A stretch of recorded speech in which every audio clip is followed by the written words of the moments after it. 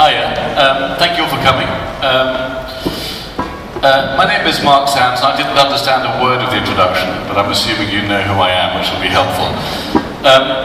I spent 10 years working at The Guardian and Observer newspapers, and about a year ago moved to the Tate Gallery in the UK. Now, I can't see you from here because the lights are really bright, but my hopeful assumption is that some of you have been to London, and you will more than likely have visited Tate Modern or one of the galleries. Because there's 4 Tates in the UK, there's 2 in London, 1 in Liverpool, and 1 in Cornwall. The interesting thing about a place like the Tate, particularly to be invited to talk at a conference like this, is that Tate is not, in fact, very few galleries that are historic in nature are, you would argue, the most technologically savvy or the most internet focused. I was asked to come over to the Tate to begin to make amends on that, and what we're finding around the world, and it's led by probably 2 or 3 galleries, of which the Tate is one of them, that we are in a position where we are starting to be able to change the relationship between galleries and audiences, and that's what I wanted to talk to you about this morning. I've called it Old Media, New Media, Museums and Galleries, engaging with their audience, because from my point of view, I'm not a curator. My title is about media and audiences, and it's about developing channels where we can actually engage with the audiences. And my sense is there's been an absolute explosion in that territory that has been generated by the capabilities of online. Now, I don't know about you, but when I was a child, this is what I felt like about going to a gallery with my parents. It was a horrendous idea. Pretty boring, pretty dull, big rooms, white walls, pictures I didn't understand. Now, these are modern children, but imagine me, age 5 or 6, because that's how pissed off I would have looked like about the possibility of going to a gallery. The truth is, I think that relationship has completely changed, and is in the process of completely changing, for a whole series of reasons. And our ability to engage not just children of that age, but adults, is being revolutionized by the potential availability and possibilities of the digital framework. This is what you might have put in front of a gallery. Welcome to the very, very boring museum. Now, of course, galleries aren't boring, they're wonderful places, but the manner in which they're presented and the manner in which in the past they engage with their audiences, I think, has led to issues of engagement with various audiences, and I think that process is now changing completely.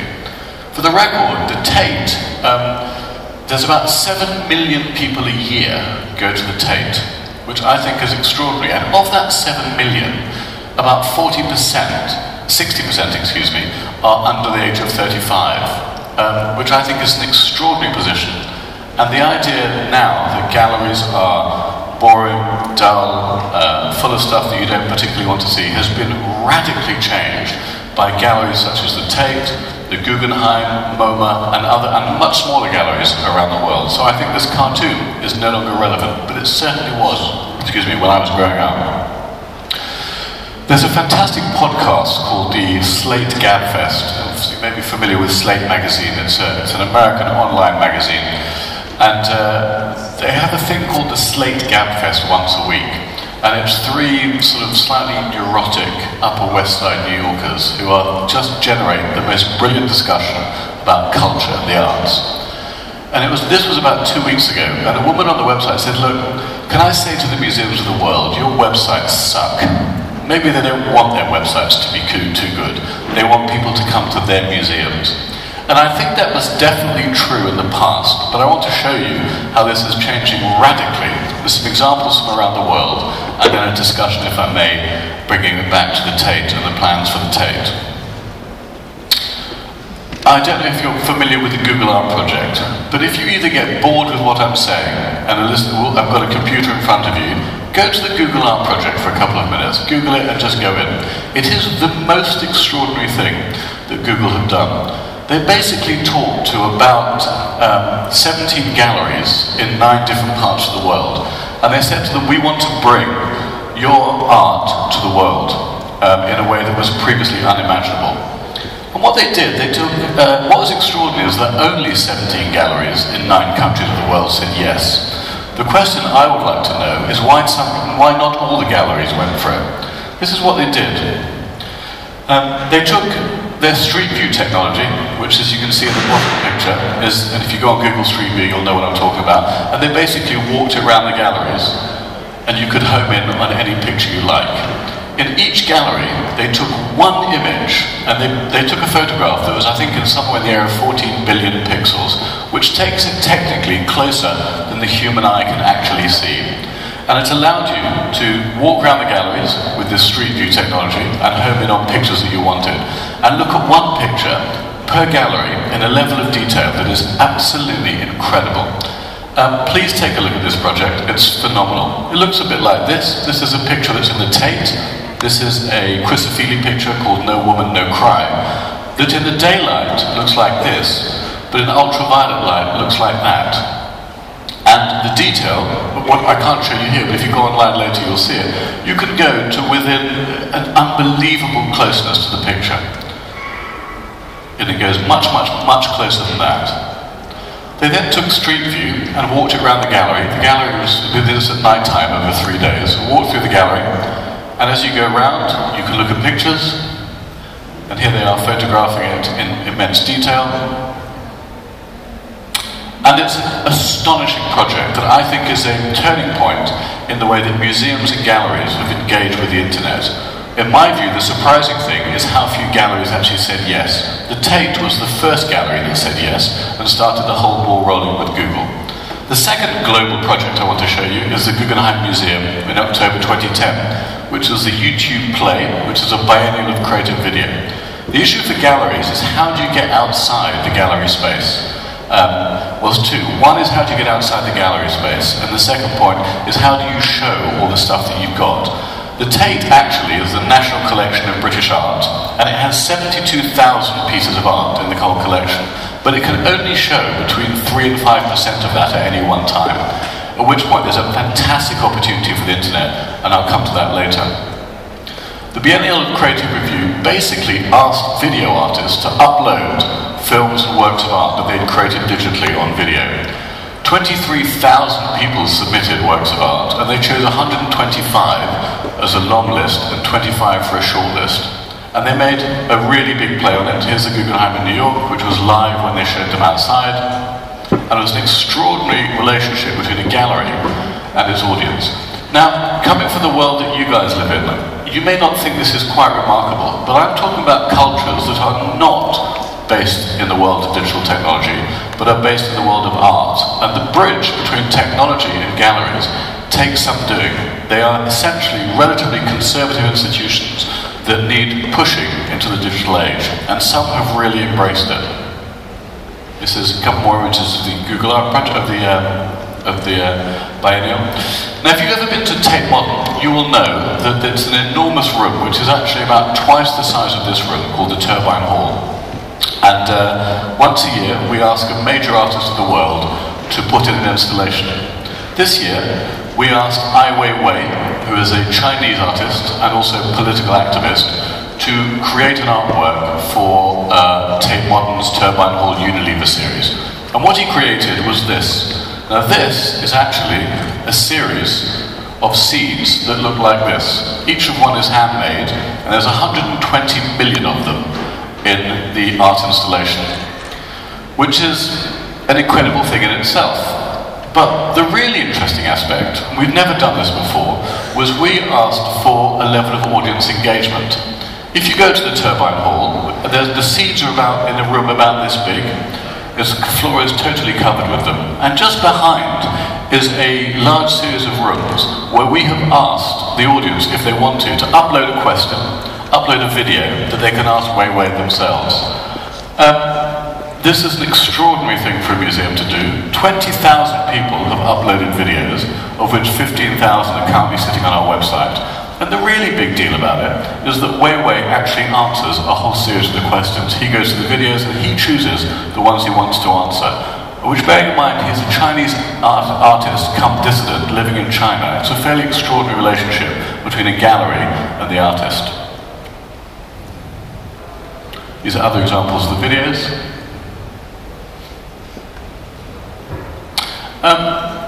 Facebook and Twitter. Often when I speak, you go to an audience, you say, how many people are on Facebook and Twitter? I'm clearly not going to do that here, because I'm sure you're all on it. But when you talk to organisations, you find actually frequently they're not on it. And what's weird is the most senior people in the organisations are not on it. And when you speak at digital conferences and you find out that the most senior people, the leaders of organisations, are not engaged in the very simple act of Facebook and Twitter, you've got to begin to wonder what is their commitment to the digital future. For 10 years I worked at the Guardian and Observer newspaper, and one day, about 4 or 5 years ago, the editor of the newspaper asked all the journalists to sign up to Facebook and to sign up to Twitter more recently. And he said, look, I don't care whether you use it or not, but you need to sign up to understand, A, the process of signing up, and B, if you want to use it, the potential for doing so. And Facebook, and you know this better than I do, has become one of the single largest mediums for not just social media, but all forms of interaction. More interesting than Facebook, personally, I find is Twitter, which I think is much less personal, much more interesting, and its brevity is part of its excellence, and it allows you to get your messages across in a way that I think was fairly unimaginable beforehand. At the Tate, we have about 250, 300,000 followers on Tate Twitter, but we've only just started that process.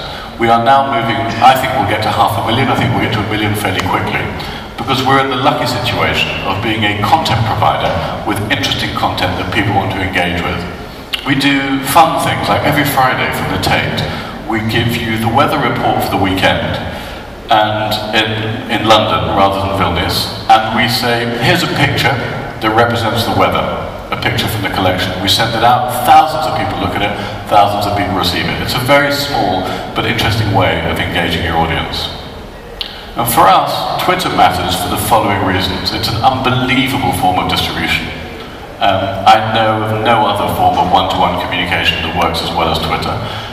It's definitely where things happen first. If we think of what's going on now in Libya or in Japan, you can't quite say that the news has been led by Twitter, but it's been enormously informed by the social media, of which Twitter has had an enormous part in that. Within the museum space, when we announce new stories, new things, we frequently use Twitter as one of the means of reaching an engaged audience. As a search engine, I think it rivals Google as well. Google works on an algorithmic scale, Twitter doesn't. Twitter works on the basis of actually what human beings are interested in and what human beings are actually doing, and I think that makes it very interesting. It's clearly a formative aggregation tool, and it's a fantastic form of marketing. In the past, I was the marketing director for The Guardian and Observer, and you were always looking for new ways to engage an audience in a marketing sense. And the problem with marketing is it costs a lot of money. This is a phenomenally effective way of reaching an audience. It's also much more diverse. It allows completely different forms of audiences to engage with you. It strikes me as far more democratic than other forms of media. It's a level playing field. It doesn't really matter if you're Barack Obama or me. I can still do it. I have access to it. I clearly won't get as many followers, but I'm allowed to play in that field. It has a hugely long attention span. It allows a subject to develop, to create a story, to aggregate itself in a way that old media simply couldn't. It creates fantastic communities, and lastly, I think, most interestingly, it's a real agent of change. I want to show you another example of what I think is a very interesting application that exists in the gallery space. It's from the Street Museum in London. The Street Museum allows you to, clearly has many photographs, many images of scenes of London. And anywhere you are in London, you can take a photograph, you can upload it, and you can overlay a photograph of the area as it was historically. So this is London now, and London, I would imagine, in about the 16th century, 17th century. It's a very famous painting of when the river froze, and you can overlay exactly the way you are, get an image from the past and overlay it. And it leads to some extraordinary pictures. I particularly like this one. This is Carnaby Street in London, which is where it all happened in what they rather painfully termed the swinging 60s. Carnaby Street overlaid with an image of today looks rather like that. So you can juxtapose the two images whilst you're in place, whilst you're in situ. I love this one. This is outside the Houses of Parliament. This is outside Buckingham Palace, excuse me, in London, where a woman suffragette who, and the suffragettes were the movement who called for equal voting rights for women in the early part of the 20th century. This is a woman being arrested by the police outside Buckingham Palace, and it's exactly the same spot from the 21st century to the early 20th century. And I think these are all ways in which engagement with audiences from a gallery point of view becomes very interesting. There was an article in yesterday's New York Times which talked about just this, where they had the equivalent of me from the 4 major galleries in New York, talking about the benefits of social space, social media. You might argue the galleries are coming to it slowly, but they are absolutely understanding the importance of it, particularly with regard to audiences and engagement. This is another one I love. This is Shoe Cleaner here in London, or there in London in fact, exactly the same spot from the early 20th century. Another lovely idea is a group called Art Finder. Again, it's a website where if you don't know that much about art but want to find out about it, you put in what you like and it will tell you other pictures that are similar, that are in the same vein. It's a bit like the Amazon. If you like this, you'll like that. It's a brilliant idea.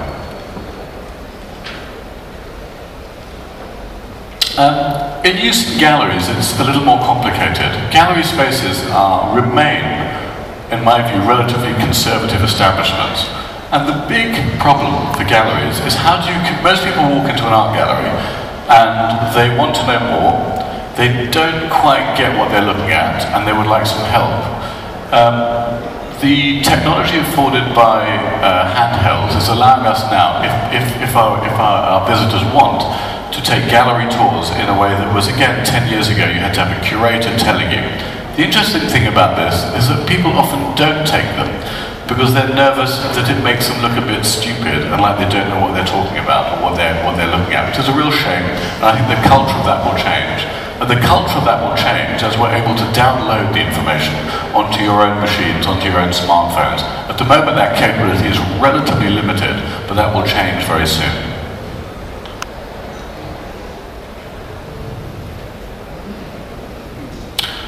I want to talk about the Tate a bit. This is a pile of bricks that in 1976 was bought by the Tate, and it was by an artist called Carl Andre.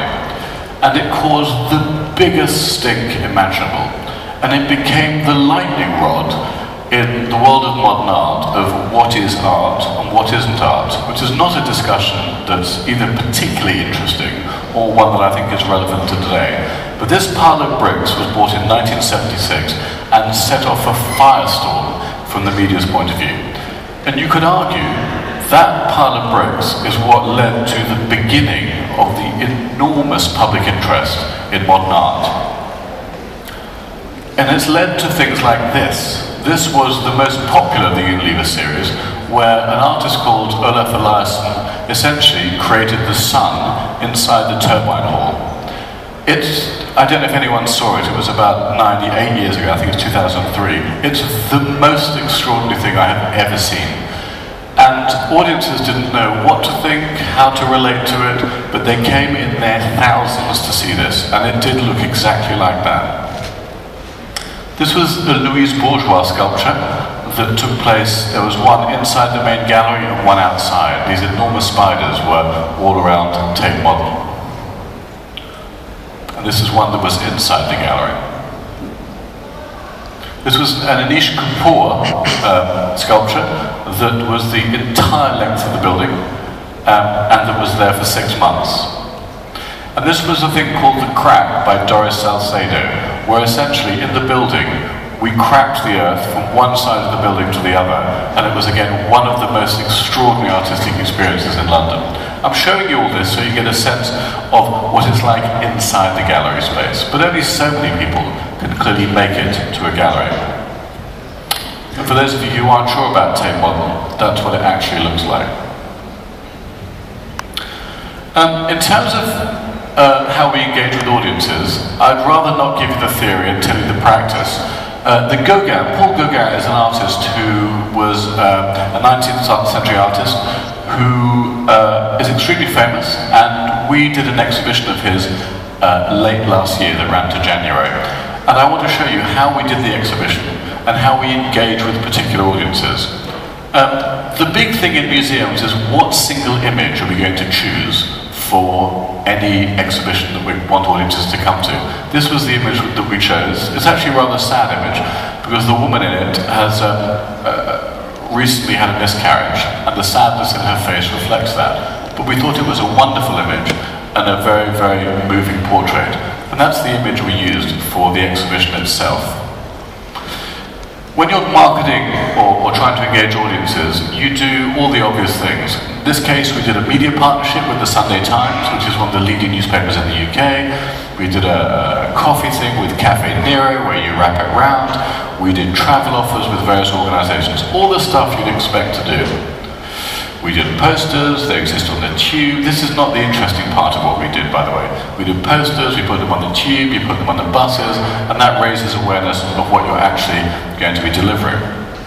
You do lots of online advertising, looks a bit like this, you've seen it all before.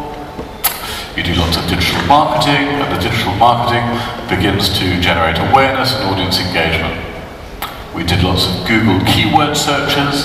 Now, Google keyword searches I found very interesting. Up here, there's one, the bottom one is in Spain, where clearly you don't pay till people click, because we knew that this was a sufficiently important exhibition that people around the world would come and see it. More digital advertising. Now, the bizarre thing about this stuff is that when banner advertising started a decade ago or more, people thought this was the greatest invention in advertising. I personally don't think it is. I think it's a very useful form of advertising, but I don't think it's the most engaging form of advertising. And the problem with it is that people rarely, if ever, click on them. We have about 500,000 email members, and we email them on a frequent basis of what's going on the Tate. We do a lot of email marketing to our constituency. But where it got really interesting, and we had never done this before, and you might find it amazing, and the reason why I'm showing you all the other stuff is I want to get to this point, because in the context of a campaign, and in the context of audience engagement, I think this was the most interesting thing. The woman on the left, on your left, is a curator for the Gauguin exhibition. She's a woman called Christine Riding. And the Tate has never blogged before. And we said, look, we would really like you to blog the show, not just the PR puff, but the real story behind why you chose what you chose, your favourites, where all the pictures come from, and why you think it's such a terrific exhibition. Christine, and that's her standing in front of her office wall, where she has all the pictures, and she was choosing how the exhibition should be laid out. Over a 3 to 4 month period, she blogged 34 times, or 36 times I think it was. In that period, we had around 250,000 views with 1,200 comments. Now, for an organisation that has never blogged before, this we found extraordinary. Now, it's extraordinary for two reasons. Firstly, that we did it at all, because museums and galleries are quite closed organisations. They're highly intellectual organisations, and this is not an intellectual blog. This is a blog telling people in easy, simple, fun language and in a very personalised way why the Gauguin exhibition was interesting.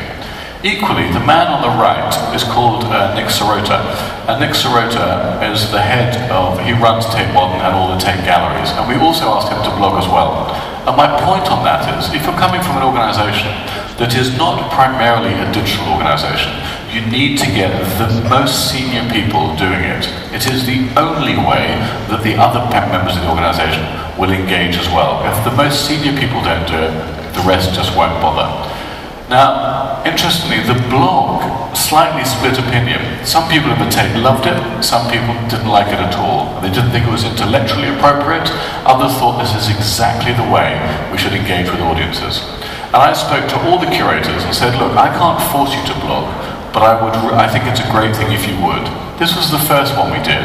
If you go to our website now, there's a whole series of blogs that lift the lid on the exhibitions that we're currently running. There are 3 or 4 going on at the moment, one for a Rothko, a Mexican artist, a watercolour exhibition that we're currently doing now. And my sense is this is the way the Tate and other galleries are going to develop the engagement with their audiences. And the visitor reviews, this is what they were talking about, this was a word cloud of the sorts of things people were asking. My favourite blog, my favourite post actually, When you go to a gallery, you know that you see a series of words next to the picture, and it sort of tells you what the picture means. And this is done by a department called the Department of Interpretation, which sounds very Orwellian, but it isn't. It's a tremendous group of people who are trying to explain to an audience who want a bit of help what the picture's about. And we said, we put up a couple of pictures and said, actually, to the audience, what would you like to say? What do you think it means? Now, as is always the case with blogging, a lot of what you receive is pretty banal, not that interesting, and sometimes quite rude. But a lot of it was absolutely brilliant, and the brilliant ones then engendered further debate and discussion. So social media, I've talked about that already, but we have, in combination, somewhere near 500,000 followers between Facebook and Twitter. I don't think that's that many for an organisation that has 7 million visitors a year, but you have to understand, we've just started embarking on this process. My sense is this will get to 1 million fairly quickly, and then we'll continue to grow. We do a lot of data capture, a lot of competitions, a lot of outdoor advertising, a lot of press advertising, a lot of radio advertising, none of which I think is as interesting as what we're doing in the social media space. All this stuff is easy. We also do a lot of film, which we distribute. This is a film we made about Paul Gauguin's life that we actually put on the Guardian website. And as is ever the case, you just have to distribute your content absolutely everywhere, link it to everything. And this film was viewed by several thousand people, largely because it was on the Guardian website. People don't come to the Tate's website that much. They're learning to, but we need to distribute our content everywhere. We did an app which allows you to go around the gallery space and find out about all the images that you're seeing if you wish. So we had a situation where this is what the attendance figures look like. Initially, we had predicted that about 315,000 people would come to the exhibition. In the end, 420,000 people came. Now, I don't know if it was the poster, if it was the blog, if it was the newspaper reviews. But what I do know is that we normally, when we have an exhibition, the margin of error either way, either for success or failure, is somewhere between 5 and 20%. This was 35% over target, and I'm pretty convinced that the work we did in the digital space is what made this a particularly successful pay-for show.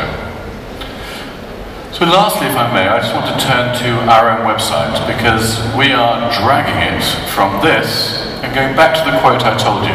Can I say to the museums of the world, your websites suck? It's an important benchmark for us to start from. We had 10 principles for Tate Online. Tate's website should be for Tate's online audience, which may sound like a really obvious statement. It isn't. Because many cultural institutions actually don't talk to their audiences, they don't ask them, they just do what they do and hope people come. In the case of our website here, our view is we won't do that. We will talk to audiences, we will research, particularly the navigation system, the navbar, and we will research in some detail the development of our website. So the website, unlike the museum, is created by and for the audiences themselves. It's both a platform for publication, but also for interaction. And the website must be alive with conversation and opinion. I want the Tate's website to be the place where modern and contemporary art is discussed. It should be the lightning rod for all that. We have the content, we have the people, we have the technology, we just need to put it together, which we're in the process of doing now. We also do a lot of online commerce, and we sell a lot through the internet. And all the web pages should be the start of the journey that anyone takes. People rarely go to the home page, they come in from wherever they like, and our website is developed with that in mind. The content owners should manage their own content. We want people to be able to upload whoever, wherever within the organisation as a whole, and the content and interaction should be taken straight to an online audience. And also personalisation will improve the visitor experience. And lastly, the website must be sustainable. We will launch this website in the next 6 months, but this website will change again within months after that. So our sense is once you've done it, you've got to do the whole thing all over again from the day you started. The big features are the redesign. It's going to look completely different, but for me the really interesting areas are the community features, the user commenting, the blogs, and the social media integration, which at the moment we're halfway there, but we're getting there. And the last thing is this notion of what we call the collection. The The collection is the 72,000 pieces of work that Tate is looking after for the nation, because that is essentially what we're there for. But the problem is you can't see half of them. We are now making a digital archive that allows anyone from anywhere to access all 72,000 pieces of artwork, and I'm going to show you that in just a sec. So this is what the website looks now. It's fine, it's predictable, it's exactly what you'd imagine. But it's not a website that's engaged with the user. It's basically a marketing tool to sell tickets. In fact, everywhere is selling. You can sell Gauguin prints, you can be a part of the Tate, and there's a big banner advert. It's not really, it doesn't look like to me like an art website. It's perfectly fine, but it's about 5 years out of date. This feels like a website from a previous era. What it's going to look like is this, which is where art is right at the heart of it. So you will always, when you open it, see an image rather than a marketing selling point. And embedded in the image will be one of the threads of the discussion that we will be having on any one day on our blog site. And at the bottom of the website, you can see what's coming up next. This is Tate Liverpool's homepage, which is the one in the north of England. I'm just going to whip through these. This is our learning area. One of the key aspects of all museums is learning, and it's something that is integrated into the process rather than something that you formally do. But our online learning capabilities will be phenomenal and significantly greater than those available in the gallery itself. And our sense is that online is the place to develop the learning capabilities, whether you're a child or an adult. These are more just some screen grabs. Now, interestingly, up on the nav bar, you'll see along third in, you'll see, or fourth in, you'll see art and artists. And this may feel like a small change to you, but for us it was very big. It used to say collection. Now, collection is a real inside the art world word. And when we researched it with users of our website, they had no idea what we meant by the collection. And says, please can you use a different phrase? And we came up with art and artist, which we think explains exactly what people are searching for. Far better than the word collection.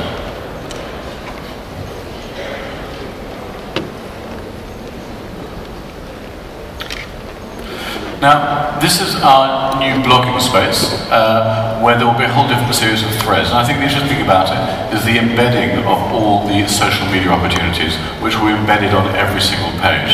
As you scroll down, here we've talked about the 10th anniversary of Tate Modern. And as you scroll down, there's a comment and blogging space that people will clearly use. This here's the ability to search for pictures.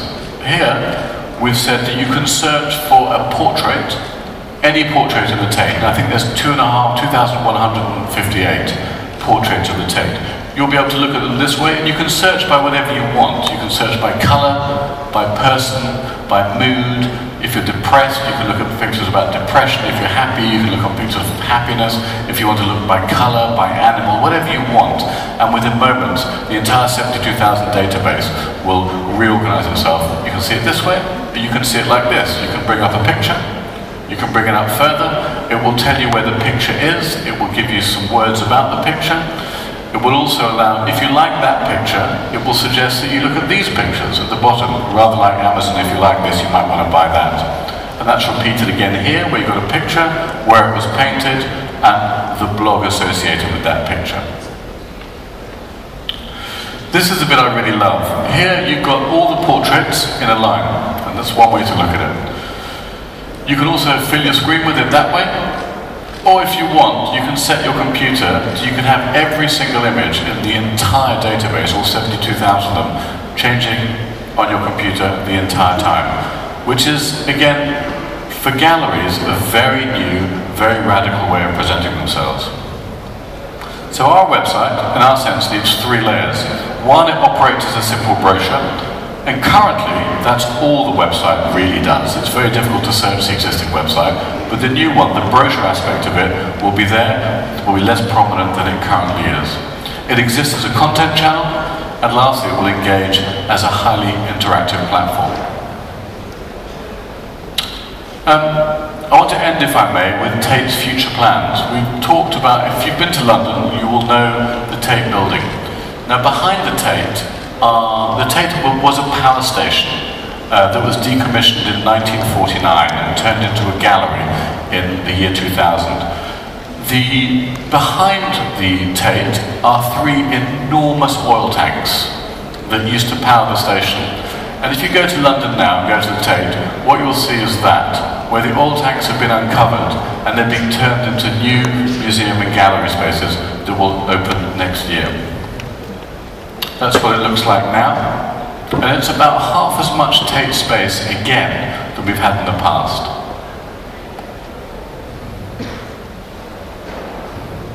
Eventually, the building will look something like that, and the main new building, which will sit on the oil tanks, will look like this, which will be the additional part of Tate.